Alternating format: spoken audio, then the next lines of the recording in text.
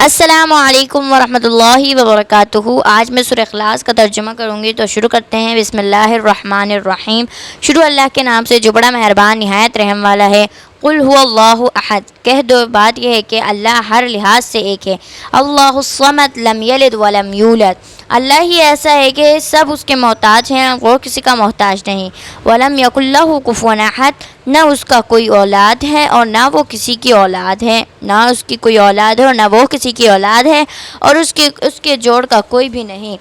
آیت نمبر 1 میں یہ بتایا جا رہا ہے کہ بعض کافروں نے حضور اقدس صلی اللہ علیہ وسلم سے پوچھا تھا کہ آپ جس خدا کی عبادت کرتے ہیں وہ کیسا ہے، اس کا حسب نسب بیان کر کے اس کا تعارف تو کرائیں۔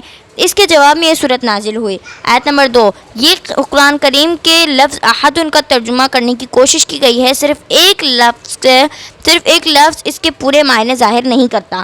ہر لحاظ سے ایک ہونے کا مطلب یہ ہے کہ اس کی ذات اس طرح ایک ہے کہ اس کے نہ اجزاء ہیں اور نہ حصے، اور نہ اس کی صفات کسی اور میں پائی جاتی ہے، وہ اپنی ذات میں بھی ایک ہے اور صفات میں بھی۔ آیت نمبر 3 میں بتایا جا رہا ہے کہ یہ قرآن کریم کے لفظ الصمد کا ترجمہ کیا گیا ہے۔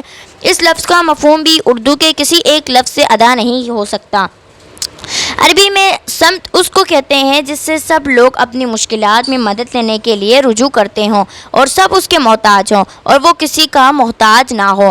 عام طور سے اختصار کے پیش نظر اس لفظ کا ترجمہ بے نیاز کیا جاتا ہے، لیکن وہ اس کے صرف ایک پہلو کو ظاہر کرتا ہے کہ وہ کسی کا محتاج نہیں، لیکن یہ پہلو اس میں نہیں آتا کہ سب اس کے محتاج ہیں۔ اس لیے یہاں ایک لفظ سے ترجمہ کرنے کے بجائے اس کا پورا مفہوم بیان کیا گیا ہے۔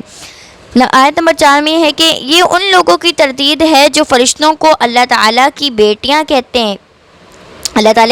کہتے تھے، یا حضرت عیسیٰ یا حضرت عزیر علیہ السلام کو اللہ تعالیٰ کا بیٹا قرار دیتے تھے۔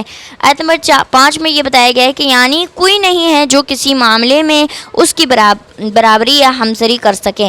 اس صورت کی ان 4 مختصر آیتوں میں اللہ تعالیٰ کی توحید کی انتہائی جامع انداز میں بیان فرمایا گیا ہے۔ پہلی آیت میں ان کی تردید ہے جو ایک سے زیادہ خداؤں کے قائل ہیں۔ دوسری آیت میں یہ ان کی تردید ہے جو اللہ تعالیٰ کے ماننے کے باوجود کسی اور کو اپنا مشکل کشا کار ساز یا حاجت رو اقرار دیتے ہیں۔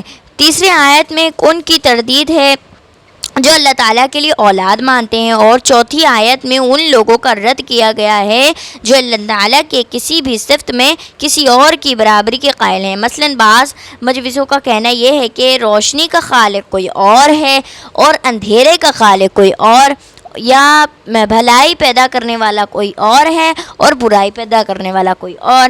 اس طرح اس مختصر صورت نے شرک کے تمام صورتوں کے باطل قرار دے کر خالص توحید ثابت کی ہے۔ اس لیے اس صورت کو سورہ اخلاص کہا جاتا ہے، اور ایک صحیح حدیث میں اس کو قرآن کریم کا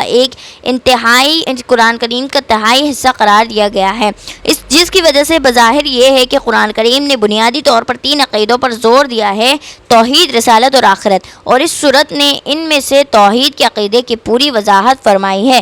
اس صورت کی تلاوت کے بھی احادیث میں بہت فضائل آئے ہیں۔